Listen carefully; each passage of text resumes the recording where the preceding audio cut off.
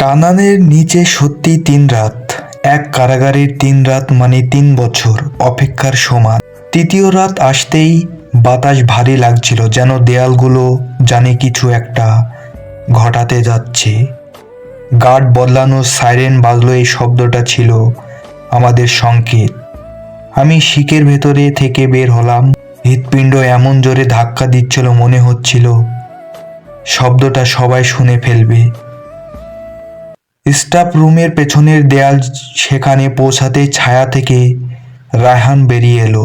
দেরি করিস না, সে ফিসফিস করে বলল যে সে মেঝের পুরনো কাঠের পাটাতন তুলতেই নিচে কালো অন্ধকার একটা গর্ত, যেটা শুধু মাটির না, ইতিহাসেরও। আমি নামলাম। টেনালের ভেতরে বাতাস পাচা ভেজা, হাঁটার সাথে সাথে পানি টপ টপ করে পড়ছিল। প্রতিটা শব্দ মনে হচ্ছিল এটাই শেষ, এই টানেলের দিয়ে আগে লাশ বের করা হতো। রায়হান শান্ত গলায় বলল। আমি থমকে গেলাম। কি? হ্যাঁ, সে বলল, যাদের কথা বাহিরে জানানো যেত না হঠাৎ সামনে এলো। আমি স্বস্তির নিঃশ্বাস নিতে যাচ্ছিলাম, ঠিক তখনই কিলিক, লোহার শব্দ। পেছনে তাকিয়ে দেখি টানালের মুখ বন্ধ হয়ে গেছে। রায়হান! আমি চিৎকার করলাম। সে ধীরে ধীরে ঘুরে আমার দিকে তাকালো, চোখে সেই শান্ত ভাব, কিন্তু এবার সেটা ভয়ঙ্কর। তোমাকে বের করার কথা বলেছিলাম, সে বলল, কিন্তু বাঁচিয়ে রাখার কথা বলিনি। আমার মাথার ভেতরে যেন কিছু ভেঙে গেল। কেন? আমি হাঁপাতে হাঁপাতে বললাম। রায়হান পকেট থেকে একটা পুরনো ফাইল বের করলো। ভেজা হলুদ কাগজ। তোমার ভাইয়ের মামলা। যে বলল খুনি তুই না, কিন্তু সাক্ষী ছিলি তুমি। আমি হতবাক।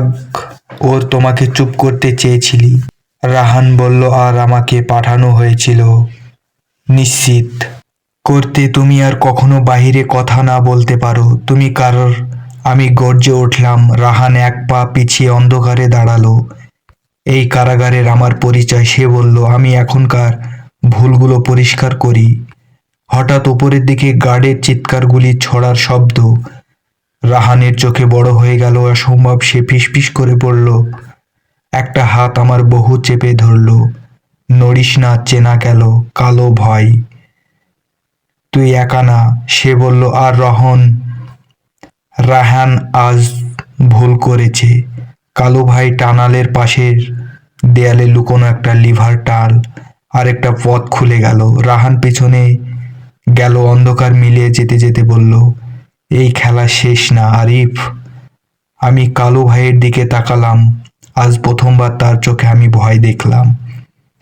চলো, সে বলল, সত্য বের হলে কারাগারে কাঁপবে। আর অন্ধকারের পথে দৌড়াতে লাগলাম।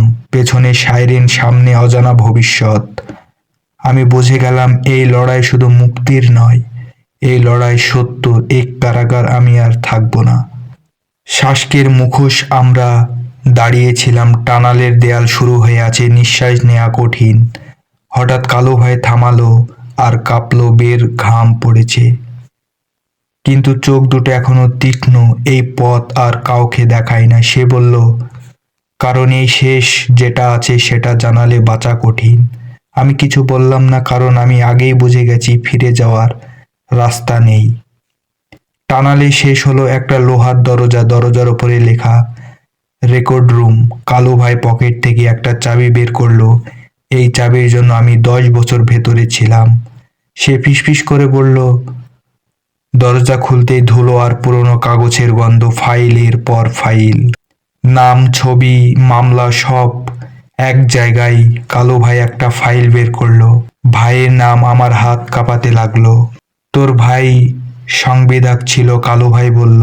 সে এমন কিছু জেনে গিয়েছিল যেটা এই কারাগারের বাহিরে গেলে অনেক বড় মাথা পড়ে যেত। আমি ফাইল খুললাম। ভেতরে ছবি, রাজনীতিবিদ, পুলিশ, বিচারক। এই কারাগার শুধু বন্দীদের নাই। কালু ভাই গভীর গলায় বলল, এটা সত্য লুকানোর কারখানা। হঠাৎ পেছন থেকেই করতালির শব্দ। তালি তালি তালি। ভৌ ভৌ কালো, একটা পরিচিত অথচ ভয়ঙ্কর কণ্ঠ। আমরা ঘুরে দাঁড়ালাম। কারাগারের সুপ্রিমটেন্ডের। মিজান স্যার সাদা পোশাক, শান্ত মুখ, কিন্তু চোখে শিকারীর ঠান্ডা হাসি।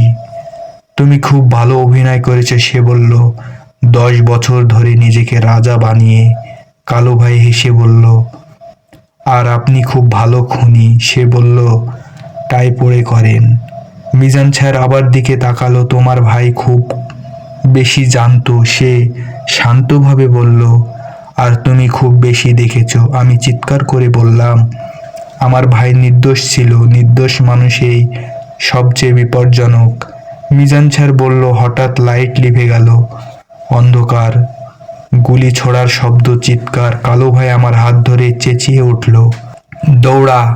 আমার ছুটলাম পেছনে। মিজান স্যারের গলা ভেসে এলো, আরিফ বাহিরে গেল। তুমি মুক্ত না। কারণ কারাগার শুধু দেয়াল না, কারাগার একটা সিস্টেম। আমরা আবারও টানেলে ঢুকে পড়লাম। পানি, রক্ত, অন্ধকার, সব একাকার। দূরে আলো দেখা যাচ্ছে। আমি জানি না ওইটা মুক্তি না আর একটা ফাঁদ। কিন্তু একটা জিনিস পরিষ্কার, এখানে আমি শুধু বন্দি না, আমি সাক্ষী। আর সাক্ষীর সবচেয়ে বড় শত্রু। আমি দাঁতে দাঁত চেপে বললাম, এই কারাগারে আমি আর থাকবো না।